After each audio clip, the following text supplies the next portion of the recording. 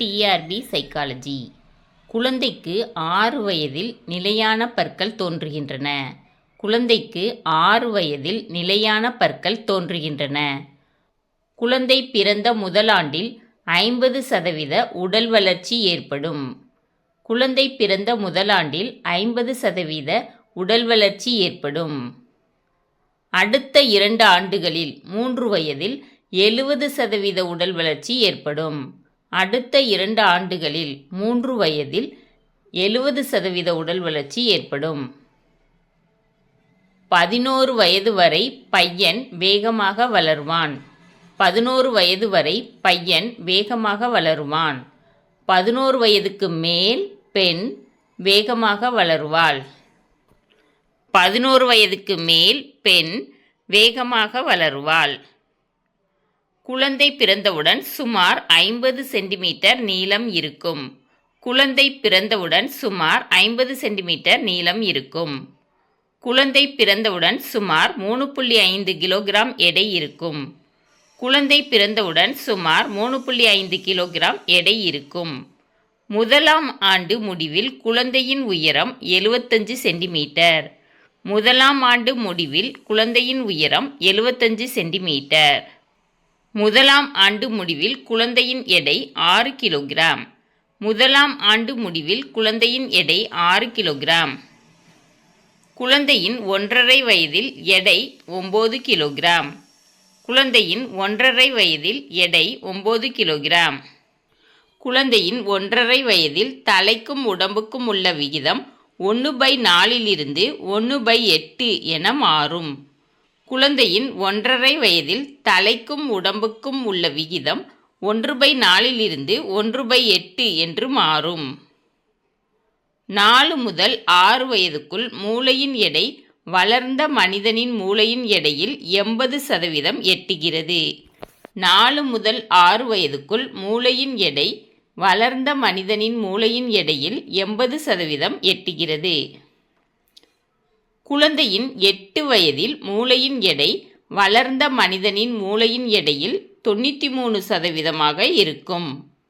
குழந்தையின் 8 வயதில் மூளையின் எடை வளர்ந்த மனிதனின் மூளையின் எடையில் 93% இருக்கும். குமரப்பருவ தொடக்கத்தில் ஆண்களின் சராசரி உயரமும் எடையும் பெண்களை விட அதிகமாக இருக்கும். குமரப்பருவ தொடக்கத்தில் ஆண்களின் சராசரி உயரமும் எடையும் பெண்களை விட அதிகமாக இருக்கும்.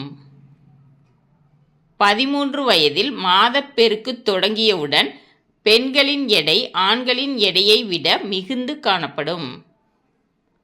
13 வயதில் மாதப்பெருக்கு தொடங்கியவுடன் பெண்களின் எடை ஆண்களின் எடையை விட மிகுந்து காணப்படும்.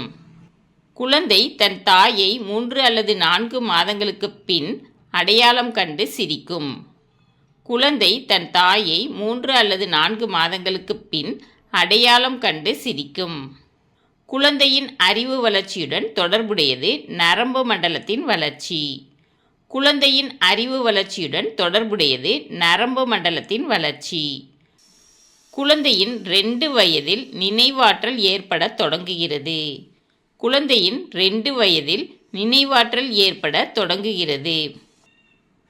3 வயதில் கற்பனை திறன் உருவாகி விளையாட்டுகளில் பிரதிபலிக்க தொடங்குகிறது. 3 வயதில் கற்பனை திறன் உருவாகி விளையாட்டுகளில் பிரதிபலிக்க தொடங்குகிறது. குழந்தைகளின் அறிவுசார் செயல்முறைகளை ஜீன் பியாஜே சுட்டிக்காட்டியுள்ளார். குழந்தைகளின் அறிவுசார் செயல்முறைகளை ஜீன் பியாஜே சுட்டிக்காட்டியுள்ளார். கருத்தியல் சிந்தனை குமரப்பருவத்தில் அதிகரிக்கும்.